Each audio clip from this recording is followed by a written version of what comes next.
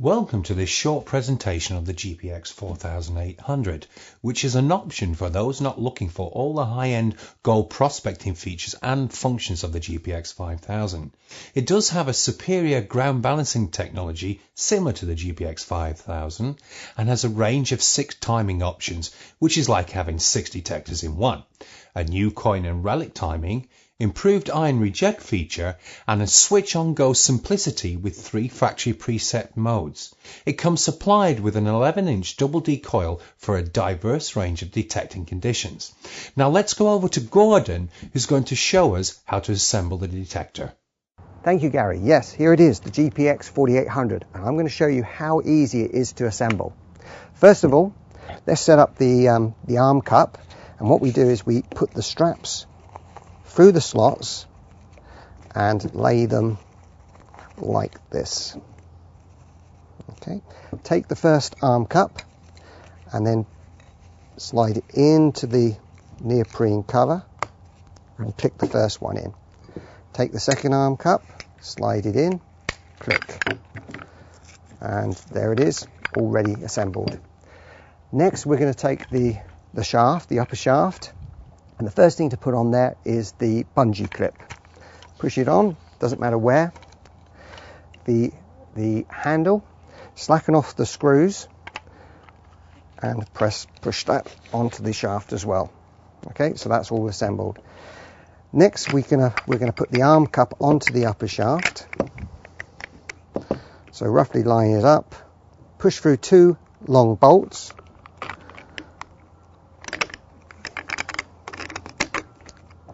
And the second one, and then loosely put on the wing nuts just a couple of turns.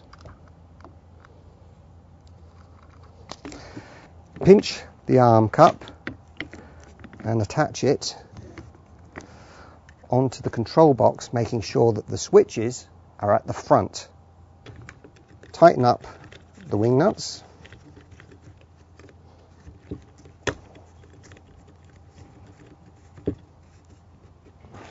And then put your arm into the strap and just make sure that you know how long you want that handle to be. Pull the handle so it's comfortable, about like that. Make sure it's roughly straight, and then do up the screws, locking it into position. Take the small data cable, wind it around the shaft to take up the slack. Click it into the smart point, like that. Next we're going to put the coil onto the stem. I've already put the rubbers, pushed the rubbers into the inserts like that. And we're going to make sure that the push button is pointing downwards. And then push a bolt through.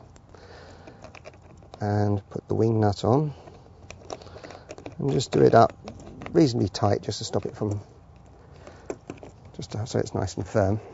Put the lower shaft into the upper shaft, slacken off the collar, and I'm going to put it onto the second hole. Tighten the collar up. Then it's just a matter of unwinding this lead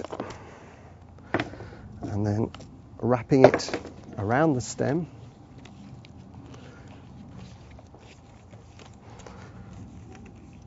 like so.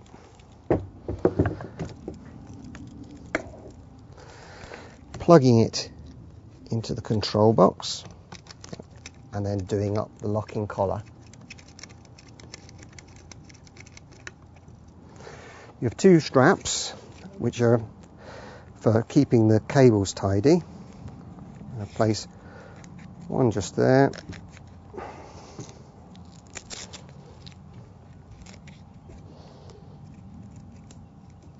and one just there. Okay, so that's it, all made up.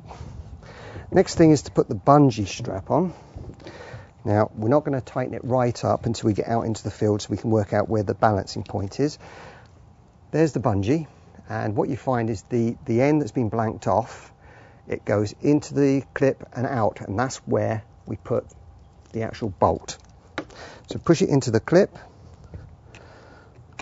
slide the bolt through and click it into the recess, like so. And then it's just a matter of doing up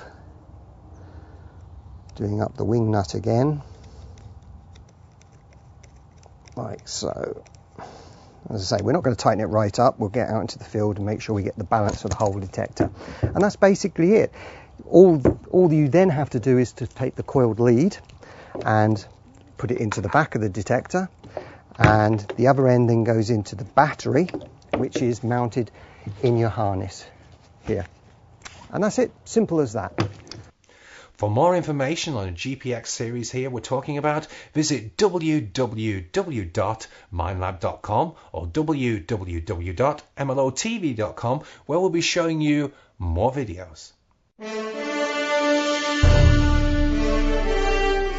Minelab's GPX range, the detectors that give you a depth advantage.